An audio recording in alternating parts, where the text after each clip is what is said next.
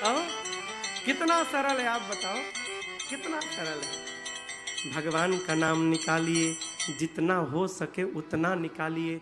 हमारे पूज्य महाराष्ट्र की एक रचना है, महाराज जी की रचना है, महाराज जी स्वयं लिखे इस गीत को। कहते हैं, अरे राम चरण चितलाई रे, भजो राधे गोविंदा। राम चरण चितलाई रे, भजो राधे गोविंदा। राम चरण चितलाई रे, भजो राधे गोविंदा। राम चरण चितलाई रे, भजो राधे गोविंदा। राधे गोविंदा भजो माधव मुकुंदा। राधे गोविंदा सब लोग आइए, माधव मुकुंदा। राधे गोविंदा भजो माधव मुकुंदा। राधे गोविंदा भजो माधव मुकुंदा। भगतन के सुखदाई रे, हाँ भगतन के सुखदाई रे, भजो राधे गोविंदा। राम चरण चितलाई रे, भजो राधे गोविंदा।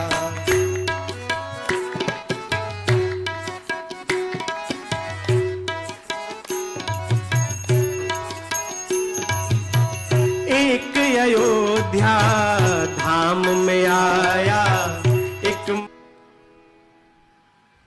इसको वजन कर लो, वजन। ये जो फूल है ना, इसको वजन कर लीजिए और उसके बाद 1 घंटा सूंघते रहिए। 1 घंटा सूंघने के बाद भी आप वजन करोगे ना, तो उतना ही वजन मिलेगा, इसका भार कम नहीं होगा। जैसे पुष्प से सुगंध भी निकल जाए लेकिन पुष्प का वजन कम नहीं होता, उसी प्रकार भगवान भोजन नहीं करते। उस भोजन में तुम्हारा जो प्रेम का रस भरा है, भगवान उस रस का पान करते हैं। भगवान भोजन भी कर लेते और कम भी नहीं होता। भगवान रस को प्राप्त करते हैं। जितनी बड़ी थाली में आप भोजन करते हो माई बाप, उतनी बड़ी थाली में भोग लगाओ। 4 रोटी आप खाते हैं तो भगवान के लिए 5 रोटी लगाइए। 4-6 कटोरी में 2 प्रकार की सब्जी हो, दाल हो, एक में सलाद रखिए और सब्जी दाल के ऊपर थोड़ा धनिया पत्ता भी छिड़क दीजिए, बगल में थोड़ा मिर्चा और अचार भी रख दीजिए, नमक भी रख दीजिए। भगवान को मन करेगा तो उसमें एडजस्ट कर लेंगे, थोड़ा घी भी लगा दीजिए और ले जाकर रहिए, कहिए प्रभु अब आप पा लीजिए, फिर हम लोग भोग लगाएंगे नाथ। आपको मैं एक कथा सुनाऊं महाभारत की। भगवान कृष्ण पांडवों के घर में बैठकर भोजन कर रहे थे। तो नारद जी थे, 5 भाई पांडव थे। तो युधिष्ठिर जी ने नारद जी से एक प्रश्न किया कि नारद जी, हम लोगों पर भगवान की कृपा कब होगी? नारद जी बहुत जोर से हंसे, बोले जिसके घर में साक्षात भगवान बैठ के भोजन कर रहे हैं, वो पूछ रहा है कि मेरे पर भगवान की कृपा कब होगी? कृष्ण सुने तो नारद जी को बुलाए, इधर आओ, इधर आओ। नारद क्या बोले तुम? बोले प्रभु युधिष्ठिर पूछ रहे थे कि मेरे पर भगवान की कृपा कब होगी। मैंने कहा जिसके घर में भगवान ही भोग लगा रहे हैं उस पर कृपा कब होगी पूछा जाएगा। भगवान ने कहा नारद आज बोल दिए, दोबारा बोलना मत। मैं यहां भगवान बन के नहीं आया हूं, मेहमान बन के आया हूं। मैं मेहमान बन के भोजन कर रहा हूं, भगवान मत बनाओ। नारद जी ने कहा प्रभु भगवान बन जाएंगे तो क्या हो जाएगा? बोले देखो मेहमान बन के भोजन कर रहा हूं ना, तो हर 2 मिनट बाद लोग गरम गरम रोटी लेके आ रहे हैं। प्रभु रोटी, ये गरम रोटी खाइए, वो पुराना वाला छोड़ दीजिए। बीच में आके लोग पूछते हैं प्रभु ये पनीर वाली सब्जी और लेकर आऊं आपके लिए, कहिए तो चटनी और ला के दे दूं। मेहमान हूं तो लोग पूछ पूछ के खिला रहे हैं। यदि घर वाले मुझे भगवान जान गए तो जैसे भगवान के सामने थाली देने के बाद कोई देखने तक नहीं जाता कि वहां पूड़ी चाहिए कि सब्जी चाहिए, उसी प्रकार हमको भगवान मान लेंगे तो घर के लोग पूछने नहीं आएंगे, सब छोड़ देंगे। भगवान मत बनाओ, मेहमान बना के रखो। निवेदन करता हूं आप भी घर में भगवान को भोग लगाइए ना, तो ये मत समझिए कि भगवान है, आप ये समझिए कि आपके घर में भगवान ही मेहमान बन के आए हैं। ऐ पूछ पूछ कर भोग लगाइए हो, जितना खिलाइएगा भगवान उतना खाना प्रारंभ कर देंगे। आप करके देखिए, बस प्रारंभ करिए, प्रारंभ करिए माई बाप, प्रारंभ करिए। भगवान तो सबरी का जूठा बैर भी खाने को तैयार हो गए थे। अरे दुर्योधन की मेवा त्यागी, दुर्योधन की मेवा त्यागी। और उसी समय साग विदुर घर खाई, सबसे ऊंचे प्रेम सगाई। भगवान को प्रेम से भोजन कराइए। घर में वस्त्र आभूषण आवे तो पहले भगवान को पहनाया जाए। प्रभु प्रसाद पटभूषण धरहि। कोई भी कपड़ा लाइए, वस्त्र लाइए, आभूषण लाइए तो पहले भगवान को चढ़ा के और प्रसाद बना के फिर अपने धारण करिए। श्रेष्ठ व्यक्ति आ जाए घर में तो प्रेम पूर्वक सिर झुका के हाथों को जोड़कर प्रणाम करे। प्रभु जो आपकी सेवा करे, आप पर भरोसा करे और पांव से आपके तीर्थ की यात्रा करे, जो ये सब करता है, राम जी आप उसके हृदय में जाके रहिए। उसका हृदय आपके लिए चौथा स्थान है नाथ।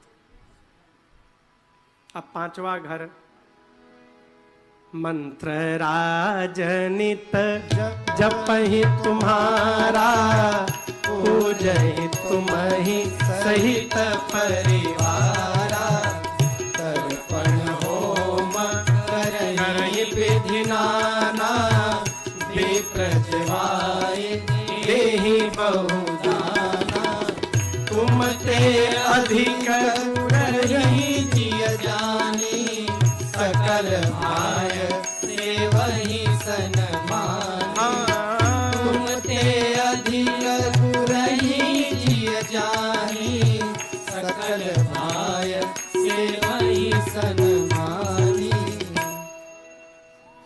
पांचवा घर क्या है? चार घर तो आपने सुन लिया, पांचवा घर क्या है? मंत्र राज नित जपहि तुम्हारा, जो आपके किसी एक मंत्र का जप करे। कौन मंत्र? गुरु जी कान में जो मंत्र दे उसका जप करे।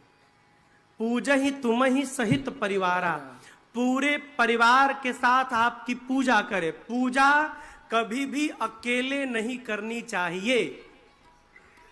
कैसे करनी चाहिए महाराज? पूरे परिवार के साथ करनी चाहिए। तो महाराज घर वाले तो 8 बजे सो के उठत है, हम तो 5 बजे पूजा कर देते हैं। किसने कहा 5 बजे कर दो? किसी ने कहा है क्या कि 5 बजे से लेट किए तो पूजा स्वीकार नहीं की जाएगी? किसी ने कहा है बच्चे 8 बजे उठते हैं तो आप 9 बजे करो, लेकिन अकेले मत करो माई बाप। क्यों? यदि आप अकेले करना प्रारंभ कर दिए तो जिस दिन आप गए, आपके जाने के बाद आपके घर के भगवान भी मंदिर पहुंच जाएंगे। क्यों? बाबूजी करते थे वो तो गए, अब कौन करे, हमको तो आता ही नहीं। कई लोग तर्क क्या देते हैं, महाराज बच्चे तो पूजा में आते नहीं। चींटी वाला लचीदाना लगाओगे भोग में तो कौन आएगा? आप बताओ। एक मंत्र बताऊं बच्चों को पूजा में जोड़ने का। कथा के बाद बाजार जाइएगा और दुकान है ना, दुकान से टॉफी खरीदिएगा, चॉकलेट, डेयरी मिल्क का। वो कैडबरी आता है ना, किटकेट आता है, अब तो बबली सिल्क भी आ गया है। कहो ओरियो भी आ गया है। अच्छा अच्छा। तो ये जितना चॉकलेट है ना, जेम्स है, किटकेट है, मंच है, हाँ, Bubbly Silk, Oreo Silk, plain Dairy Milk, ये 2-2 रुपया 5-5 रुपया लो जो लंबा लंबा आता है, वो 5 स्टार आता है। हाँ, ये सब खरीद के लाइएगा रात को। और जो घर के छोटे छोटे बच्चे हैं ना, उनको रात को दिखा दीजिएगा। कब? सवेरे जब घंटी बजेगी ना, तो घंटी बजने के बाद प्रसाद बटेगा। बच्चे पूछेंगे कितने बजे बाबा जी? 7 बजे। 6 बजे आपके घर के बच्चे आपको तैयार मिलेंगे, 6 बजे तैयार मिलेंगे। उनको पूजा से मतलब नहीं है, उनको ये मालूम है कि घंटी बाजी तो टॉफी मिली, और वो चॉकलेट के लिए आपके साथ घंटा घंटी लेकर आरती में बजाना शुरू करेंगे। अरे लालच दे के जोड़ो यार, यही लालच से बच्चे पूजा में लगेंगे, और लगे लगे एक दिन समय आएगा, लालच निकल जाएगा और आपके घर के बच्चों का मन भगवान में जाकर लग जाएगा, हो फिर जय जय हो जाएगा घर का। स्वभाव बनाइए कि पूजन में पूरा परिवार एक साथ उपस्थित रहे। वाल्मीकि जी कहते हैं पूजहि तुम ही सहित परिवार। तर्पण होम करे, कब करे? अमावस्या के दिन पितरों को जल दे, और पूर्णिमा के दिन भगवान की कथा कहलवाए, और कथा कहलवा कर विप्रजवाई देहि बहु दाना। ब्राह्मण देवता को भोजन करा कर अनेक प्रकार से दान दे, संतुष्ट करे। और वाल्मीकि जी कहते हैं राम जी गुरु जी की सेवा आपसे अधिक करे। गुरु जी की सेवा कैसे करे? भगवान से अधिक करे। लेकिन सावधान, जीव ये भी नहीं देखता कि जाड़े में भगवान को नहला रहे तो अपने तो गर्म पानी से नहलाता है, और भगवान को वही ठंडा पानी हर हर महादेव हर हर महादेव नहला देता है भगवान को। हाँ, अरे अपने गर्म पानी से नहलाते हो, भगवान को भी तो गर्म करके नहलाया करो। देखिए एक चेले के घर गुरुजी पहुंचे।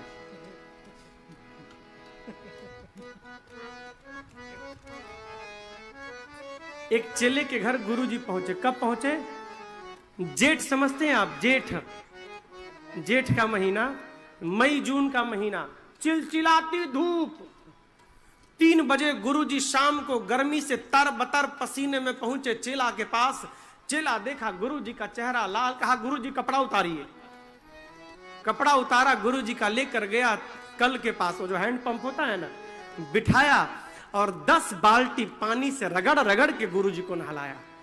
गुरुजी एकदम आनंद में आई गए, बा चेला। फिर लाया, एकदम कपड़ा वपड़ा पहनाया, और तब तक तो संध्या हो गई। कहा गुरुजी भीतर बहुत गर्मी है घर में, बाहर व्यवस्था करता हूं खुले आकाश में, ठंडी ठंडी हवा रात को बहती है, खूब आनंद होगा। रात को भोजन में दही चूरा भोजन कराया। गुरुजी सोए, रात को खूब आनंद में, सुबह आशीर्वाद दिए, आशीर्वाद देके चेला को चले गए। गुरुजी का आशीर्वाद शिष्य को लगा। शिष्य दिन रात अब उन्नति करने लगा। अब शिष्य बढ़ने लगा तो पड़ोसी परेशान होने लगा, इतना विकास कैसे करने लगा? तो पूछा, तो उसने कहा देखो मेरे घर गुरुजी आए थे, मैंने ऐसे ऐसे गुरुजी की सेवा की, गुरुजी प्रसन्न होकर हमको आशीर्वाद दिए और मेरा आनंद भया। तो इसके गुरुजी तो गर्मी में आए थे,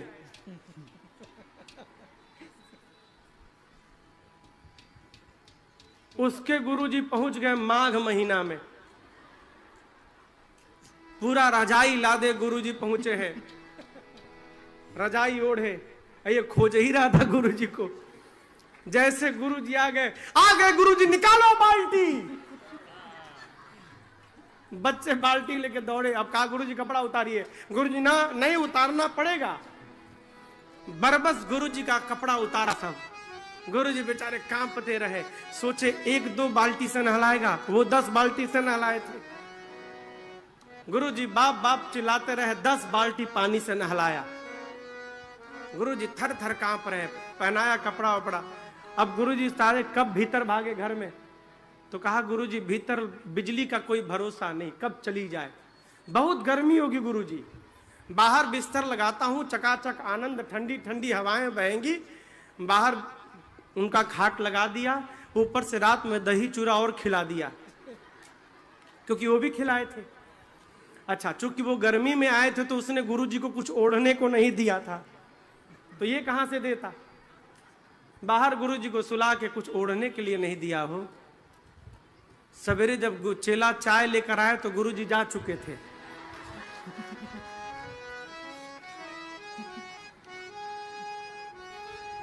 सीताराम। कथा कहती है सेवा जीवन में कभी देखा देखी नहीं करनी चाहिए। सेवा करनी चाहिए तो विवेक के साथ करनी चाहिए। ये नहीं कि किसी ने बगल वाले ने गुरुजी आए तो उनकी तबीयत खराब थी तो उनको कम्बी फलाम खिला दिया तो हम जबरदस्ती गुरुजी आपको खाना ही पड़ेगा, ऐसा नहीं है। कहते हैं गुरु वाल्मीकि जी कहते हैं, तुमते अधिक गुरही जिये जानी, जो अपने गुरु का सम्मान आपसे अधिक करे राम जी, और सब करके केवल एक फल प्राप्त करे, राम चरण रति हो। ये सब करने के बाद मांगना क्या है, ये महत्वपूर्ण विषय है। क्या मांगना है? देखिए, आप राम के भक्त हैं ना, इसमें कन्हैया के भी भक्त बहुत सारे होंगे।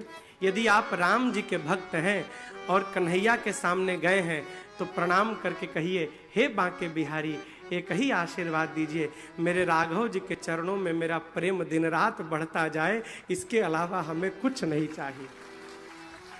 राम के सामने यह आकर यदि कन्हैया के भक्त हैं तो राघव जी से कन्हैया के चरणों में अनुराग मांगिए। वाल्मीकि जी कहते हैं, आपका मंत्र जप कर, परिवार के साथ पूजन करके, तर्पण होम करके, ब्राह्मण को भोजन करा के, गुरु की सेवा करके केवल एक फल मांगे, राम चरण रति हो, तिनके मन मंदिर बसहु, सिय रघुनंदन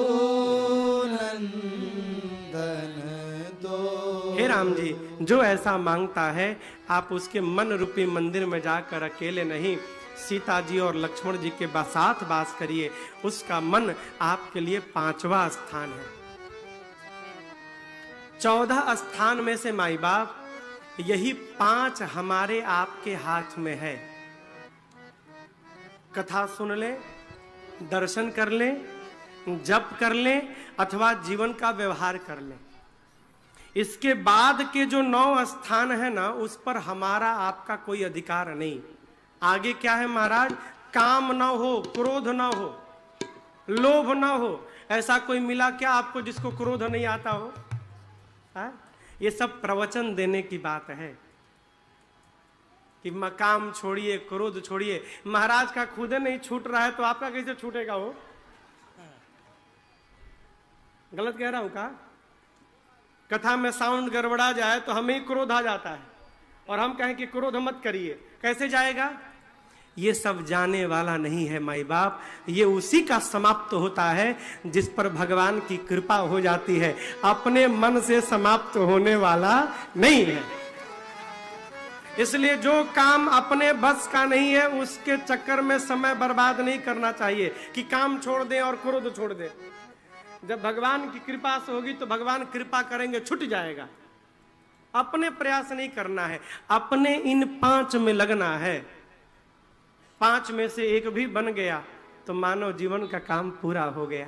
वाल्मीकि जी ने 14 स्थान बताकर राम जी को प्रत्यक्ष रूप में रहने के लिए स्थान बताया। क्या?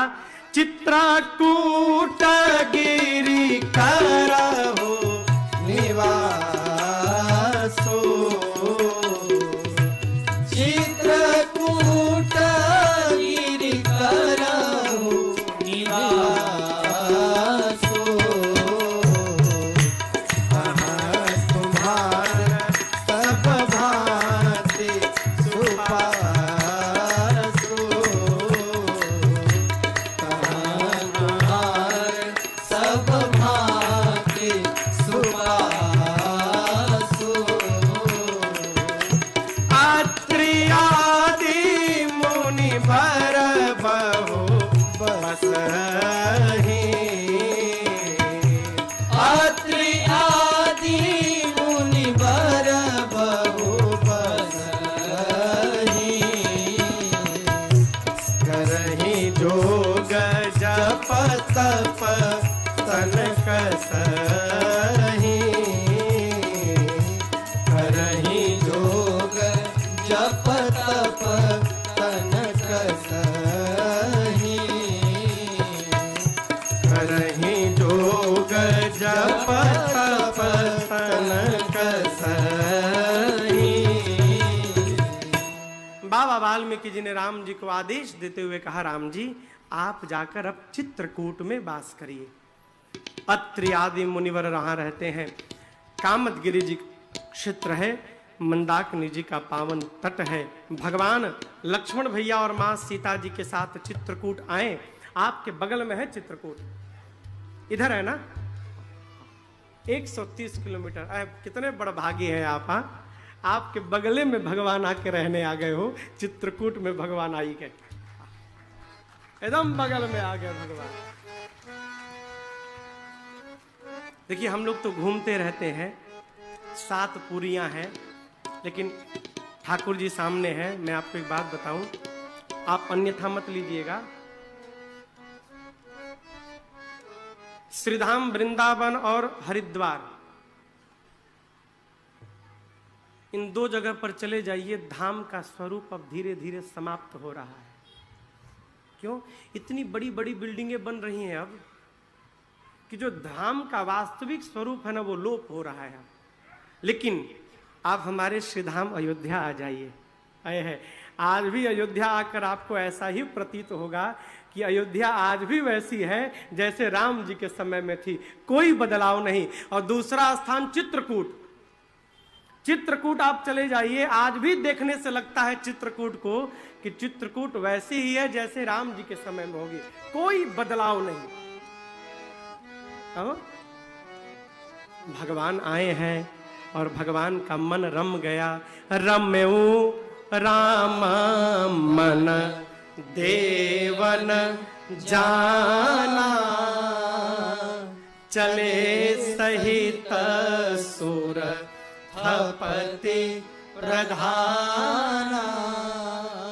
देवता जान गए कि भगवान श्री राम का मन चित्रकूट में रम गया। देवता कोल किरात के वेश में विश्वकर्मा भगवान को लेकर आए हैं और देवताओं ने 2 कुटिया बनाई। आप जब कामदगिरि जी की परिक्रमा लगाएंगे तो परिक्रमा लगाते लगाते जैसे आप पश्चिम दिशा में पहुंचेंगे तो वहां पर भगवान की कुटिया का स्थान है। बड़ी कुटिया राम जी के लिए और ठीक उसी के सामने चोटी पर एक छोटी कुटिया लक्ष्मण जी के लिए बनाई गई। देवता 2 कुटिया बनाकर भगवान से विदा लेकर गए हैं। चित्रकूट के जितने ऋषि मुनि हैं अगल बगल के, सारे ऋषि लोग भगवान के पास आए। प्रभु ने सबको दंडवत किया। ऋषि मुनियों ने भगवान को आशीर्वाद दिया है। जब देवता और ऋषि मुनि मिल के चले गए तब वहां के आदिवासी कोल भी लाए। जानते हैं छोटे लोग ना जहां बड़े लोग होते हैं वहां जाने में संकोच करते हैं। तो ये जो कोल भील है ना, ये दूर बैठे देख रहे थे कौन आया है वो, लगता है कोई बहुत बड़ा आदमी आया है। हाँ, देवता लोग आ गए, सारे ऋषि मुनि आ गए, तो आपस में बात करते कौन हो सकते हैं ये। तो एक ने कहा कि निषाद राजगुह ने जिनके बारे में सूचना भेजी थी, कहीं ये वो राम जी तो नहीं है। एक ने कहा हाँ बस बस बस ठीक बोले तुम, ये राम जी, ये लक्ष्मण जी और ये सीता जी, राम जी ही आए हैं। जब देवता लोग मुनि लोग चले गए ना तो सबके जाने के बाद पीछे से कोलभील जंगली लोग जो थे वो भगवान से मिलने आए। यहाँ एक स्फटिक के शिला पर राम जी बैठे हैं और जैसे आप लोग बैठे हैं वैसे सारे कोलभील बैठ गए। उनमें उनका जो मुखिया था वो खड़ा भया और कहा राम जी एक बात बोले, आपने यहाँ पे रहने का जो निर्णय लिया है ना, बहुत बढ़िया निर्णय लिया राम जी। आप समझिएगा, इन कोल भीलों को ये नहीं मालूम कि हम जिन राम से बात कर रहे हैं ये राम भगवान है। इनको ये नहीं मालूम कि राम जी भगवान है। क्या मालूम है? ये जानते हैं कि हमारे महाराज निषाद जी के मित्र हैं बस। कोलों का जो सरदार था कोल भीलों का, खड़ा भया और कहता है राम जी आप डरिएगा बिल्कुल मत, हम लोग हैं ना आपके साथ। आप में से किसी की हिम्मत है जो भगवान को कह दे कि डरिएगा मत, हम हैं? हाँ? कोल भील कहते प्रभु आप डरिएगा मत, हम हैं ना, हम आपको पूरा जंगल घुमाएंगे, हम आपको सांप से बचा लेंगे, हम आपको हाथी से बचा लेंगे, हम आपको बाघ से बचा लेंगे, हम आपको सिंह से बचा बचा कर वन में घुमाएंगे। प्रभु आप डरिएगा मत बिल्कुल। राम जी बोले कि अब तक तो बहुत डर लग रहा था, लेकिन अब आप लोग मिल गए ना तो हमारा सारा डर समाप्त हो गया। एक ने कहा कि राम जी आप अपने परिवार को छोड़ के आए हैं, छोटी मुंह बड़ी बात कहने जा रहा हूं, प्रभु क्षमा करिएगा, लेकिन आज के बाद आप अपने को अकेला मत मानिएगा, आप हम लोगों को ही अपना परिवार मान लीजिएगा ना। अरे हम सेवक परिवार समेता नाथ न सकू जब आयसु देता। प्रभु आप कोई भी आज्ञा करनी हो निसंकोच आज्ञा करिएगा, मेरा पूरा परिवार आपका सेवक है। किसी ने कहा कि राम जी जो भगवान मुनियों के सोचने से बाहर हैं, उन इन कोल भीलों की बात को इतने ध्यान से सुनेंगे।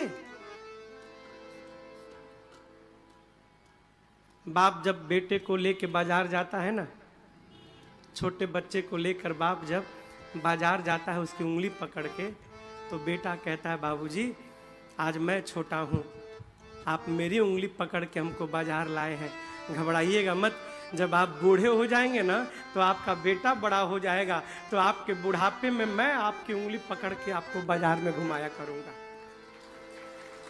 घुमाए कि ना घुमाए भगवान जाने, लेकिन उस समय उस बच्चे की बात को सुनकर पिता के हृदय को जो आनंद मिलता है हो, उसको दुनिया की कोई कलम लिख नहीं सकती। वही सुख मेरे राम जी को मिला कब, जब ये कोल भीलों ने कहा राम जी डरिएगा मत, हम हैं ना आपके साथ, हम आपको रोज घुमाएंगे। आया नहीं वो प्रियतम का ठिकाना, क्या जाने जो प्रेम गली में। शिव सूत्र है, इसको ठीक से समझिएगा।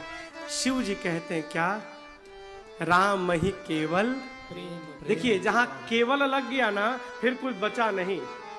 केवल यानी ओनली, सिर्फ। क्या राम जी को क्या प्रिय है, प्रेम प्रिय है।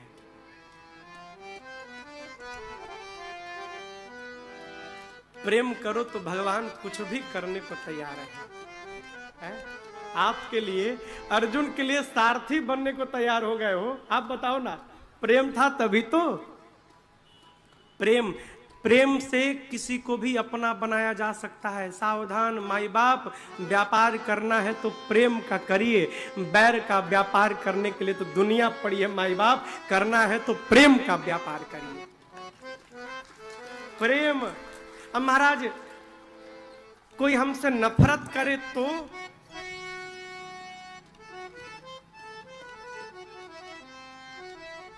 बड़ी मजे की बात, मैं एक दिन बताऊं। एक दिन पूज्य महाराज श्री हमसे कहे कि तुम उनको देखकर चिढ़ क्यों जाते हो। कोई व्यक्ति थे, मैंने कहा महाराज हमको अच्छे नहीं लगते, इसलिए मैं उनको प्रेम नहीं करता, वो भी मुझे प्रेम नहीं करते। तो महाराज जी बहुत जोर से हंसे, व्यंग्यात्मक हंसे। अब इतना मेरे लिए बहुत था। रात को मैं सेवा में था, एकांत में महाराज जी थे और मैं था। रात के करीबन 12:30 1-1:30 बज रहे होंगे, कमरे में कोई नहीं था। मैंने कहा सरकार अपराध क्षमा करिएगा।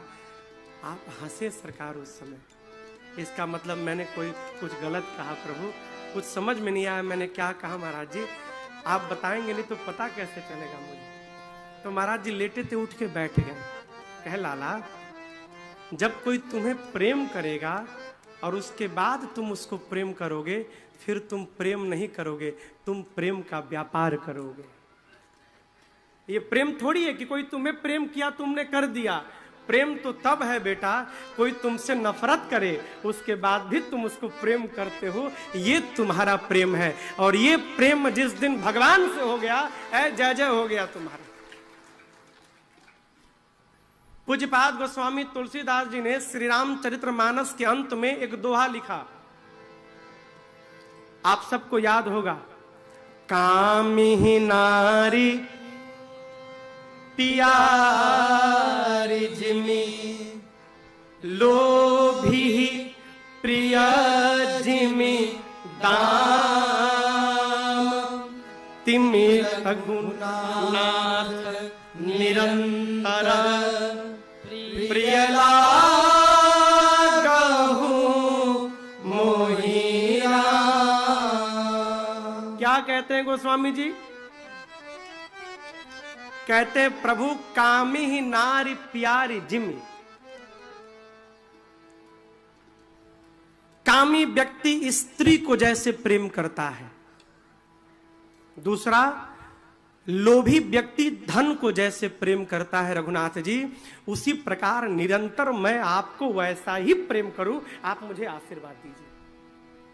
ये जो दो उदाहरण गोस्वामी जी ने रखा, कामी ही नारी और लोभी दाम, ये दोनों प्रेम की परम ऊंचाई है, इससे बड़ा प्रेम नहीं होता। तो जब दोनों समान है तो दो दो उदाहरण देने की आवश्यकता क्यों पड़ी? एक से ही काम चल जाता। गोस्वामी जी एक ही लिखने वाले थे, लिखे कामी ही नारी प्यारी जिमी, कामी व्यक्ति स्त्री को जैसे प्रेम करता है वैसे करूं। लिखने के बाद गोस्वामी जी कलम रख दिए, गलत लिख दिया मैंने। गलत क्यों लिख दिया? गोस्वामी जी सोचने लगे कामी व्यक्ति स्त्री को तो प्रेम करता है, लेकिन कहीं ना कहीं सोचता है कि जिस प्रकार मैं स्त्री को प्रेम कर रहा हूं, ये स्त्री भी मुझे प्रेम करे, तो मैं तो भगवान को विवश कर रहा हूं कि प्रभु मैं भी आपको कर रहा हूं, आप भी मुझे करिए, मैं विवश कर रहा हूं। नहीं नहीं प्रभु, ये पहले वाला नहीं, दूसरा वाला, लोभी प्रिय जिमी दाम। लोभी धन को जैसे प्रेम करता है, लोभी रुपया को तो प्रेम करता है, लेकिन ये नहीं चाहता कि रुपया भी हमको प्रेम करे। कोई रुपए से कहता है क्या कि रुपया तुम मुझे प्रेम करो, वो करता है। गोस्वामी जी कहते हैं प्रभु जैसे लोभी धन को प्रेम करता है, धन उसको प्रेम करे चाहे न करे, नाथ मैं आपको जीवन भर प्रेम करता रहूं, आप हमको प्रेम करिए मत करिए ये आपकी समस्या नाथ, हम आपको जीवन भर प्रेम करते रहे, इसके अलावा हमें आपसे कुछ नहीं चाहिए। ये एक तरफा प्रेम जब जागृत हो गया, काम पूरा हो गया है। और भगवान किसको प्रेम करते हैं? तो हमारा एक पद है, जो इनको याद करते हैं उसे ये याद करते हैं, जो इनको याद करते हैं उसे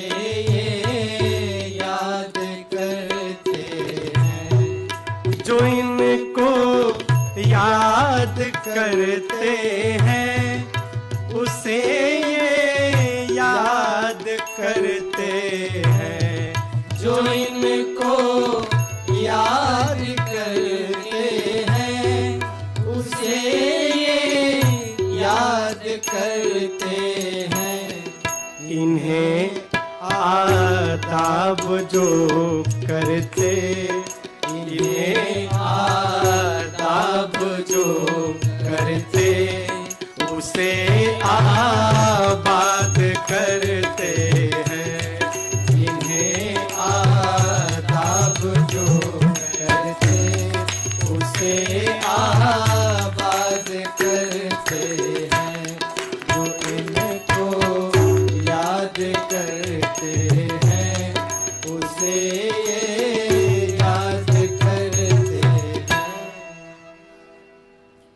भगवान किसको याद करते हैं? जो भगवान को याद करते हैं। और एक बात, भगवान आए या न आए, स्वभाव बने कि उनकी याद आती रहे। वो आए न आए ये उनकी समस्या यार, दूसरे की समस्या अपने सिर पे लाद के क्यों घूमी जाए।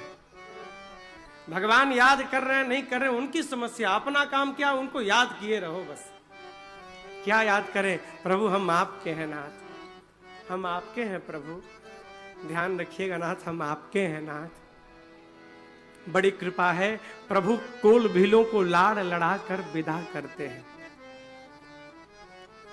आपको बताऊं, राम जी को जब कभी अयोध्या की याद आती है ना, तो लक्ष्मण जी और सीता जी को छोड़कर दूर चले जाते हैं और एकांत में जाकर भगवान बहुत रोते हैं। क्यों? भरत भैया की याद आती है भगवान को। राम जी लक्ष्मण सीता जी के सामने नहीं रोते, क्यों? इनके सामने जब मैं ही रोने लगूंगा तो इनको कौन संभालेगा। तो भगवान दूर जाके रोते हैं।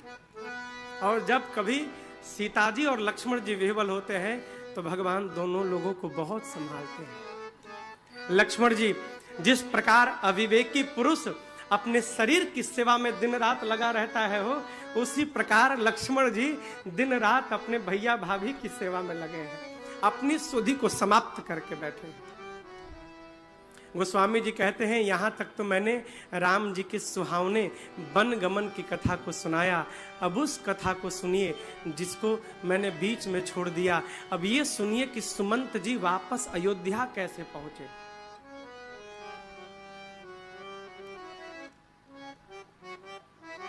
भगवान ने यमुना जी के तट से निषाद राजगुह को विदा किया था और सुमंत जी को केवट जी के पास जाने से पहले विदा किया था।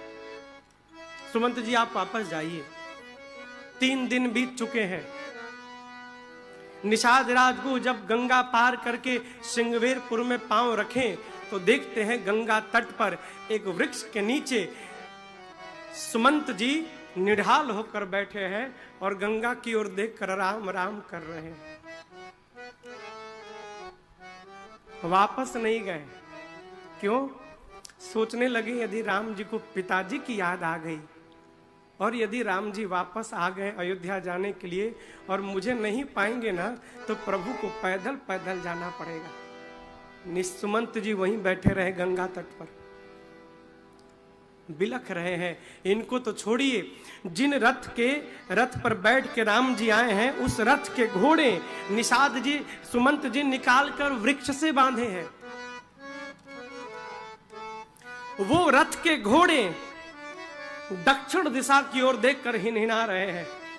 देखिए दक्षिण दिशा हाया ही ना ही, आपस में बात करते हैं क्या हो गया हो अब की बार, आज तक तो ऐसा कभी नहीं भया। रघुनाथ जी जाते थे थोड़ी देर बाद चले आते थे, अब की बार 3 दिन से राघव जी का दर्शन नहीं मिला। निषाद राजगुह के सेवक घोड़ों के लिए चारा लेके जाते हैं, पानी लेकर जाते हैं, लेकिन आपको बताऊं एक भी घोड़े ने चारे का एक दाना मुख में नहीं डाला। क्यों? रघुनाथ छोड़कर चले गए, अब जीवन में कोई आस नहीं बचा। सुमंत जी की दशा को देखकर निषाद राजगुह ने समझाया, सुमंत जी आप अधीर हो जाएंगे तो अयोध्या में महाराज को कौन संभालेगा। बरबस उठाकर रथ पर बिठाया, घोड़ों को निकालकर बांधा रथ पर। निषाद समझ गए कि आज सुमंत पहुंच नहीं पाएंगे। निषाद जी ने अपने सेवकों को लगाया कि आप इनको अयोध्या पहुंचा कर आओ। रथ जैसे आगे बढ़ा हो, सुमंत जी अपने हाथ से अपने सर के बालों को पकड़कर लगे नोचने। कहने लगे अधम शरीर, इतने बड़े दुख के आने के बाद भी तेरे शरीर ने प्राण का त्याग नहीं किया, अब कौन सा दुख का पहाड़ गिरेगा कि ये प्राण शरीर का त्याग करेगा। आप जानते हैं निषाद सुमंत जी की गति क्या भई है। जैसे कोई आदमी जीवन भर की कमाई लेकर अपने घर जा रहा हो और रास्ते में उसकी कमाई की पोटली कहीं उससे गिर जाए, उसके बाद जैसे पागल होकर वो उसको ढूंढेगा हो, सुमंत जी उसी प्रकार राम जी को ढूंढ रहे हैं। जैसे कोई स्त्री जीवन भर पतिव्रत धर्म का पालन की हो और उसके वृद्धावस्था में उसका पति अकारण अपनी पत्नी का त्याग कर दे, अपने पति से दूर होने के बाद जैसा पछतावा वो स्त्री करेगी, वही सोच सुमंत जी कर रहे हैं। कोई ब्राह्मण जीवन भर धर्म का पालन करे और अंत समय मरते समय प्रतीक्षा में बैठा है कि कोई मेरे मुख में गंगा जी का बूंद डालेगा, और उस समय धोखे से कोई उसको मदिरा पिला दे हो, तो मरते समय मुख में मदिरा जाने के बाद उस ब्राह्मण को जो पछतावा होगा ना, वही पछतावा सुमंत जी कर रहे हैं। केश बिखरे पड़े हैं, होठ पर फफोले जमे हैं, गाल पर आंसुओं की धारियां बनी है। मन में सोचते हैं, अयोध्या तुम सुमंत गए, महाराज तो दशा में नहीं होंगे कि उठकर आएंगे, कहीं आएगी नहीं। सुमित्रा आई तो ज्ञानी है, मैं समझा लूंगा, लेकिन सुमंत्र गाय की बछिया दिन भर चारा चरने के लिए जब बछड़ा गया रहता है गांव के बाहर, और संध्या के समय जब बछड़ा आता है तो अपने बच्चे को देखकर जैसे गऊ दौड़ कर जाती है बच्चे के पास, मेरे आने की सूचना सुनकर यदि कौशल्या दौड़कर मेरे पास आ गई तो मैं कौशल्या से क्या कहूंगा कि मैंने तुम्हारे बच्चे को वन में छोड़ दिया। यही सोचते सोचते सुमंत जी तमसा नदी के तट पर पहुंच गए। बोले दिन में ये पापी मुख मेरा दिन में किसी को दिखाने लायक नहीं है ना। बैठ गए, तमसा जी के तट पर बैठ गए। क्यों? रात्रि के अंधकार में जाऊंगा। अंधकार में चोर की भांति धीरे धीरे सुमंत जी रथ लेकर गए, महल के सामने रथ खड़ा किया। आपसे निवेदन करूं, पूरी अयोध्या दौड़ पड़ी महल की ओर। क्यों? रथ वापस आ गया है। अयोध्या के लोग सोचे शायद रघुनाथ आ गए हैं। अयोध्यावासी रथ के पास गए, किसी से पूछा नहीं, अभी रथ में बढ़े हुए घोड़ों को देखा। घोड़े पीछे की तरफ देखकर आंखों से आंसू बहा रहे थे, मानो कहना चाह रहे हो आप जिसको ढूंढने के लिए आए हो वो राम मेरे साथ आए नहीं, राम तो पीछे ही छूट गए हैं। अयोध्यावासी अपने को कोसते हुए जाने लगे। सुमंत जी पहुंचे हैं मां कौशल्या के निवास में। जाकर देखा कौशल्या जी के कक्ष में, ऐसा लगा मानो किसी ने चंद्रमा के अमृत को निचोड़कर और चंद्रमा को उठा के धरा पर पटक दिया। तेज विहीन महाराज धरा पर पड़े हुए, निढाल पड़े हैं महाराज। गए, जाकर सुमंत जी ने श्री चक्रवर्ती जी के चरणों में प्रणाम करते हुए कहा, हे जय जीव, आपका सुमंत आपको प्रणाम करता है। सुमंत कान में शब्द आते ऐसा लगा महाराज को पंख मिल गया हो। उठ के बैठे, सुमंत जी को चक्रवर्ती जी ने गले से लगा लिया और गले से लगाकर पूछते हैं महाराज, सुमंत राम कुशल कहो सखा स्नेही, कहाँ रघुनाथ लखन वैदेही।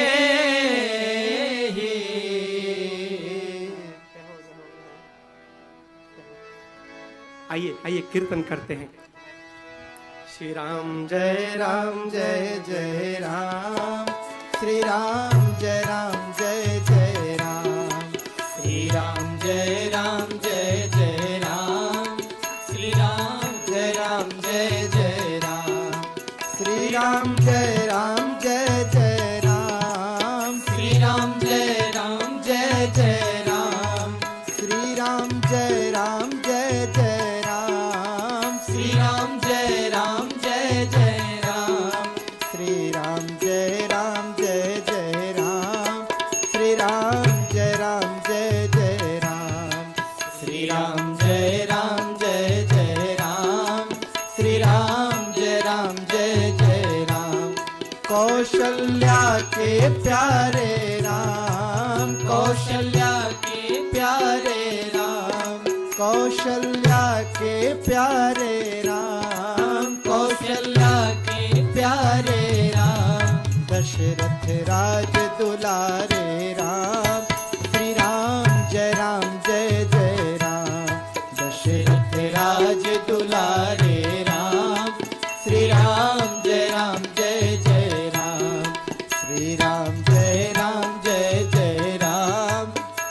राम जय राम जय जय राम श्री राम जय राम जय जय राम श्री राम जय राम जय जय राम श्री राम जय राम जय जय राम श्री राम जय राम जय जय राम श्री राम जय राम जय जय राम श्री राम जय राम जय जय राम श्री राम जय राम जय जय राम श्री राम जय राम जय जय राम श्री राम जय राम जय जय राम श्री राम जय राम जय जय राम श्री राम जय राम जय जय राम।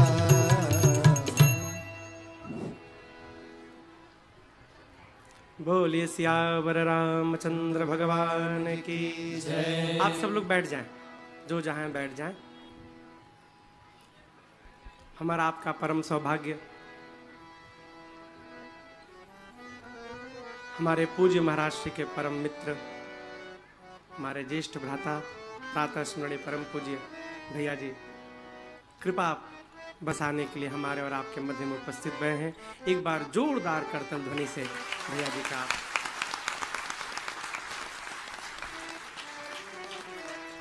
जैसा कि आज कथा के मध्य में मैंने आपसे निवेदन किया, अभी एक कुंभ प्रयाग में लगा था और एक थोड़ा छोटा कुंभ रीवा में लगा हुआ है। राम कथा और भागवत जी की कथा साथ साथ में हो रही है।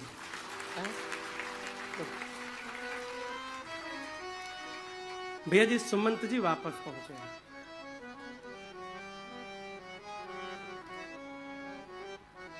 महाराज निढाल पड़े हैं मां कौशल्या के कक्ष में। सुमंत जी गए, दशा देखकर केवल इतना कहा, हे जयजीव, आपका सुमंत आपको प्रणाम करता है। इस शब्द की प्रतीक्षा में थे महाराज। क्यों? कहे थे कि सुमंत 4 दिन दिखाकर वापस लाना। जैसे सुमंत शब्द सुना न हो, उठकर बैठे, सुमंत जी को गले लगाया और बोले, राम कुशल कहू सखा सने कहाँ रघुनाथ लखन बैदे। हे सुमंत, मेरे राम की कुशलता कहो। लेकर आए हो ना, लेकिन राम दिखाई नहीं पड़ रहे। सुमंत, कहाँ है मेरे रघुनाथ? महाराज ने जैसे ये प्रश्न किया न हो, सुमंत जी के नेत्र सजल हो उठे। और देखिए, जीवन में कभी कभी जिन बातों को जिह्वा नहीं बोल पाती है, उन बातों को आंखें बोल जाती है। सुमंत जी की आंखों में आंसुओं को देखकर महाराज बोले, सुमंत, शीघ्र मुझे राम के पास पहुंचाओ, नहीं तो मेरा प्राण निकल के अब चला जाएगा। सुमंत जी ने कहा, महाराज आप ज्ञानी हैं, आप धर्म को समझते हैं, आप धीरज रखिए प्रभु। आपको, राम को आपसे अधिक कौन जानता है। पहले दिन तमसा नदी के तट पर वास भया, दूसरे दिन श्रृंगवेरपुर में वास हुआ, और तीसरे दिन गंगा जी के तट से राम ने हमको विदा करके राम गंगा के उस पार चले गए। राम जी ने हमसे कहा कि जाकर मेरे पिता के चरणों में तात मेरा प्रणाम करके कहिएगा कि राम की चिंता नहीं करेंगे। 14 वर्ष बाद राम स्वयं आकर उनको प्रणाम करेगा। जैसे सुमंत जी ने सूचना दी, महाराज के प्राण कंठ में आ गए, इंद्रियां शिथिल होने लगी, शब्द समाप्त हो गए। कौशल्या जी ने महाराज की दशा को देखा, आंसुओं को पोंछा और धीरज बांधते हुए मां ने कहा, महाराज धीरज रखिए प्रभु, राम का वियोग अथाह सागर बना है, और उस अथाह सागर में ये अयोध्या ही जहाज बनकर आज डोल रही है। पूरा परिवार इस अयोध्या रूपी जहाज पर सवार है, और प्रभु आप ही उस जहाज के नाविक है नाथ। जिस जहाज का नाविक न रहे, उस जहाज को डूबने से कौन बचाएगा। मेरी बात मानिए प्रभु, कई लोगों को मैंने बुलाया, किसी ने मेरे से बात नहीं की। माँ, मेरे घर में सब कुशल है ना माँ? मां ने कहा, बेटा कुशल तो ठीक मैंने सब कर लिया था। बेचारी मंथरा ने बड़ी सहायता की भरत। लेकिन क्या कहूं, सब ठीक हो गया था, लेकिन बीच में ब्रह्मा जी ने एक बात बिगाड़ दी। भरत जी बोले क्या हुआ मां? मां ने कहा लाला सब ठीक हो गया था, तुम्हारे पिताजी नहीं रहे भरत। आए है भरत जी सुने, पिताजी नहीं रहे, तात तात कह के धरा पर गिर पड़े भरत जी। कहे इस भरत के हाथ को राम भैया के हाथ में सौंपे बिना मुझे अनाथ करके पिताजी चले गए मां। भरत जी उठ के खड़े भये, आंसुओं को पूछा, कहा मेरे पिताजी को कोई रोग नहीं था मां, कोई व्याधि नहीं थी, कारण बताओ। अब देखिए मां कैकेयी अब जानती हैं कि ये आखिरी समय है जब मेरा लाल मुझे मां कह के बुला रहा है। मां जानती है कि आज बताने के बाद अब भरत मुझे मां नहीं कहेगा, लेकिन मां ने राम को मर्यादा पुरुषोत्तम राम बनाने के लिए अपने को समाप्त करने की पूरी तैयारी कर रखी है। मां ने कहा कैकेयी तुम जब तक इतना नहीं सहोगी, तुम्हारा राम मर्यादा पुरुषोत्तम राम कहां से बनेगा, तुमको तो झेलना ही पड़ेगा, सहना पड़ेगा। मां ने कहा, सब बताया मां ने कि तुम्हारे पिताजी राम के राज तिलक की तैयारी किए थे और मंथरा ने सहायता की। भरत मैंने राम के स्थान पर तुम्हारे लिए राज तिलक मांग लिया और तुम्हारे राम भैया के लिए 14 वर्ष का वन मांग लिया। तुम्हारे भैया वन चले गए और तुम्हारे भैया के वियोग में तुम्हारे पिताजी चले गए। आप जानते हैं जीवन में जब बड़ा दुख आता है ना, तो उस बड़े दुख के आगे छोटा दुख अपने आप समाप्त हो जाता है। अब तक भरत जी रो रहे थे कि मेरे पिताजी नहीं रहे, और जब सुने कि भैया वन चले गए, बाबा कहते हैं भरत ही बिसरे पितु मन, सुनत राम बन गौन, हे तू अपन पाँव जान जिया, थकीत रहे धरी मौन। भरत जी सुने कि भैया मेरे वन चले गए, पिताजी की मृत्यु का विस्मरण हो गया, मौन साध लिए। मौन साध कर मन ही मन सोचने लगे, भरत ना कैकेयी का दोष है न पिताजी का दोष है। भरत यदि किसी का दोष है तो वो पापी तू है। भरत क्यों? तूने जन्म क्यों लिया? ना तू पापी, तू जन्म लेता, न तेरी माँ तुझे राजा बनाने का सपना देखती, ना तेरे भैया को वन में जाना पड़ता। भरत जी आज निर्णय कर लिए, मोर जन्म रघुबर वन लागी। यहां पर पूज्यपाद गोस्वामी जी कहते हैं भरत जिन माँ को बहुत सुनाया। क्या सुनाया? भरत जी जाने माँ जाने। न कभी पढ़िएगा न कभी सुनने का प्रयास करिएगा, वो माँ बेटे की वार्ता है। मंथरा सज धज कर आई, शत्रुघ्न जी ने पकड़ा, बाल घसीटा, मारा कुबर पर एक लात। भरत जी को दया आई, छुड़ाया है। शत्रुघ्न भैया को लेकर भरत जी चले गए मां कौशल्या के पास। मां अपने कक्ष में बैठी थी, रो रही थी। और आपको बताऊं, आंखों में जब आंसू आ जाए ना तो दृश्य धुंधला दिखाई पड़ता है। द्वार पर भरत जी आके खड़े भये। भरत जी और राम जी देखने में बिल्कुल एक जैसे। माँ को धुंधला धुंधला सांवला रंग दिखाई पड़ा ना, कौशल्या मैया समझी लगता है मेरा राम आ गया है। व्याकुल होकर माँ दौड़ी हो। गोस्वामी जी कहते हैं इतनी विह्वल थी माँ कि बीच रास्ते में ही माँ कौशल्या को मूर्छा आ गई और माँ गिर पड़ी। भरत जी आके माँ के पांव से लिपट गए, मूर्छा गई। माँ ने भरत जी को देखा, गोद में बिठाया। भरत जी बार बार माँ के मांग को देख रहे हैं। माँ ने कहा क्या देख रहे हो भरत? भरत जी ने कहा माँ अपना दुर्भाग्य देख रहा हूं। जिस बेटे के चलते उसकी माँ के मांग का सिंदूर चला जाए माँ, उससे बड़ा अभागा दूसरा कोई पुत्र नहीं होता। भरत जी कहते हैं माँ सत्य बताऊं, मुझे कुछ नहीं मालूम माँ। यदि मेरी तनिक भी सहमति हो माँ, तो जो पाप माँ गुरु की हत्या से लगता है ना माँ, वो पाप मैं लेने को तैयार हूं माँ। यदि मेरी तनिक भी सहमति हो मां, तो जो पाप अंक में पल रहे संतान की हत्या से लगता है, वो पाप भरत लेने के लिए सहर्ष स्वीकार करता है मां।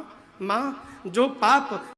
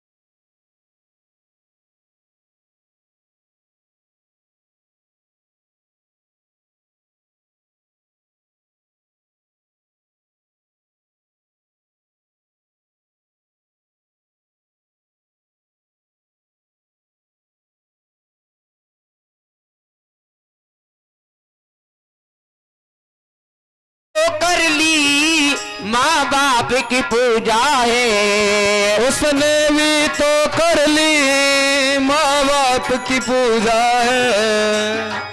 हमें वेद शास्त्र, भागवत गीता, रामायण यही सिखाती है कि माता पिता की सेवा करें, माता पिता की पूजा करें। क्या श्री रामचंद्र अपने माता पिता के आज्ञा के अनुसार वनवास गए थे कि रे आदमी को आदमी क्यों प्यारे देता, आदमी आदमी को आदमी क्यों मार देता, आदमी आदमी को आदमी मार देता, आदमी आदमी को आदमी मार देता, आदमी आदमी को देख के क्यों जी रहा है, आदमी आदमी के खून को क्यों पी रहा है, आदमी आदमी के खून को ही पी रहा है, आदमी आदमी के खून को ही पी रहा है, आदमी। वो मंदिर में बैठा है, मंदिर में बैठा है, कोई देव न दूजा है। मंदिर में बैठा है, कोई देव न दूजा है। उसने भी तो कर ली, उसने भी तो कर ली माँ बाप की पूजा है। उसने भी तो कर ली माँ बाप की पूजा है। हम फूल चढ़ाते हैं, हम फूल चढ़ाते हैं प्रभु आपके चरणों में, सब तीर्थ होते हैं माँ बाप के चरणों में, सब तीर्थ होते हैं माँ बाप के चरणों में।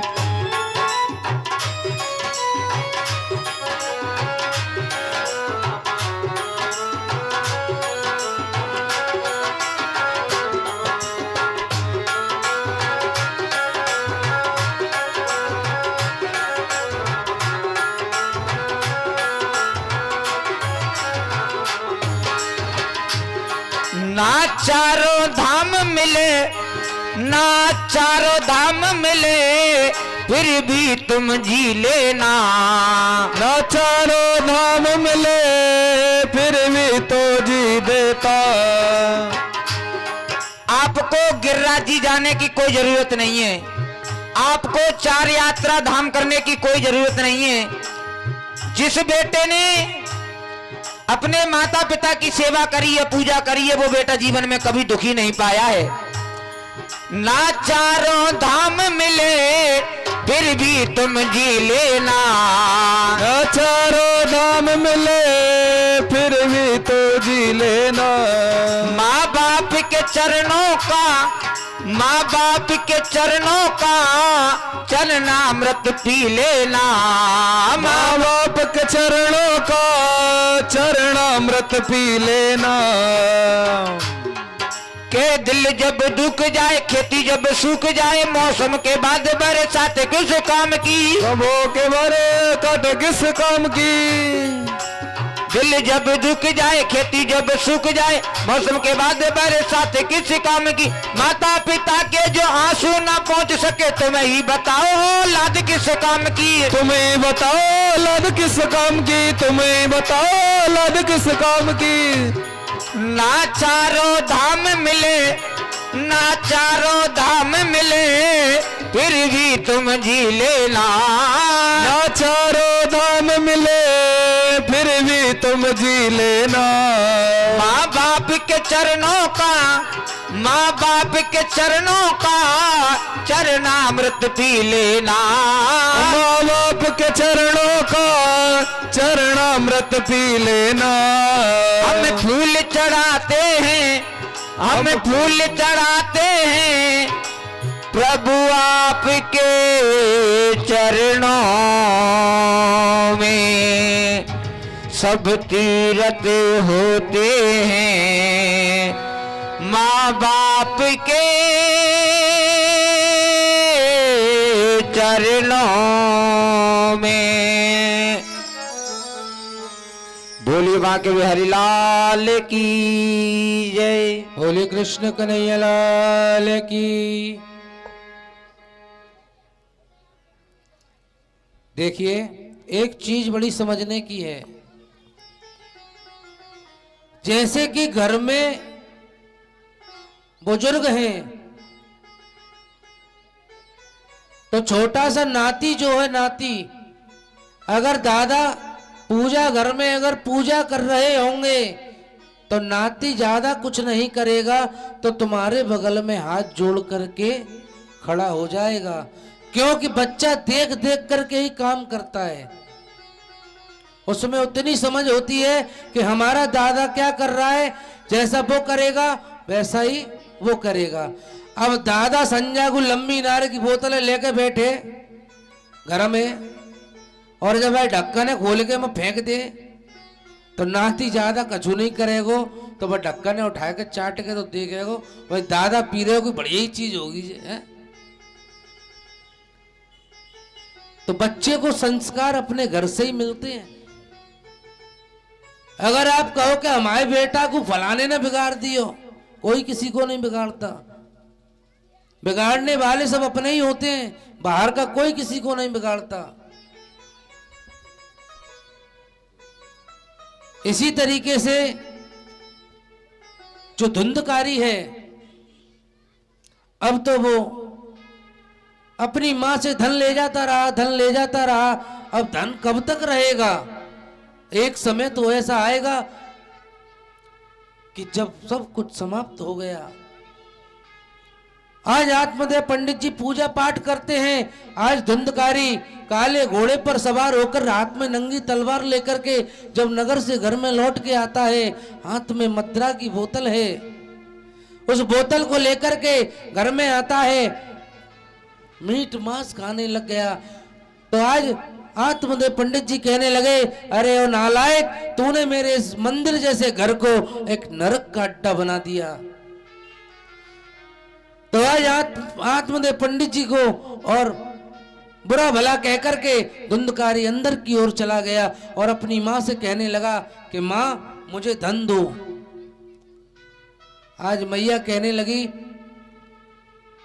बेटा मेरे पास में जितना भी धन था धीरे धीरे करके मैंने तुझे सारा धन दे दिया। इधर में आत्मदेव पंडित जी को जब बुरा भला कहकर के गए तो आज पंडित जी उस बात को सहन नहीं कर पाए और उसी रात्रि में सब कुछ त्याग करके जंगल के लिए चले गए। जंगल में गए तो उनको कौन मिला? उनका वो बेटा जो गाय से उत्पन्न हुआ था। तो आज गोकर्ण महाराज आए, बोलिए गोकर्ण महाराज की जय। गोकर्ण महाराज ने आकर के पिताजी को कहा कि पिताजी ये सब मिथ्या है, ये सब झूठी दुनिया है, आप तो केवल भगवान का भजन करो, वही काम में आएगा और तुम्हारे कुछ काम में नहीं आएगा। सिकंदर जब मरा था, सिकंदर के पास में इतनी धन दौलत थी, इतना रुपया पैसा था, सिकंदर को अपने उस रुपए पैसे पे बहुत अभिमान था। और जब सिकंदर मरा तो दोनों हाथ खाली थे उसके, कुछ ले जा नहीं पाया। सिकंदर जब निकल करके नगर में जा रहा था तो उसे एक संत मिले, संत से कहने लगा कि बताइए बाबा जी आपको मैं क्या दे दूं, क्या सेवा कर दूं? तो बाबा जी ने अपनी झोली में हाथ डाला और निकाली एक सुई और एक धागा निकाल करके सिकंदर को दे दिया कि तू देने लेने की बात करता है, ये एक सुई और धागा है, ये तुम ऊपर ले जाना, हम आकर के वहीं ले लेंगे। सिकंदर को ये बात समझाई उस संत ने कि ये सुई है और ये धागा है, आप इसको अपने साथ ले जाना और वहीं आकर के हम आपसे इसको ले लेंगे। तो कहने का भाव है कि साथ में अगर कुछ जाएगा तो केवल भजन जाएगा और कुछ तुम्हारे साथ नहीं जाएगा। ऐसे समझ में नहीं आई तो ऐसे समझो कि जिस समय पर मनुष्य इस संसार को छोड़ करके जाता है तो उसके लिए एक आदमी तो ऐसा होता है कि जिसके लिए पूरा गांव रोता है कि बहुत भला मानस था, बहुत अच्छा आदमी था। और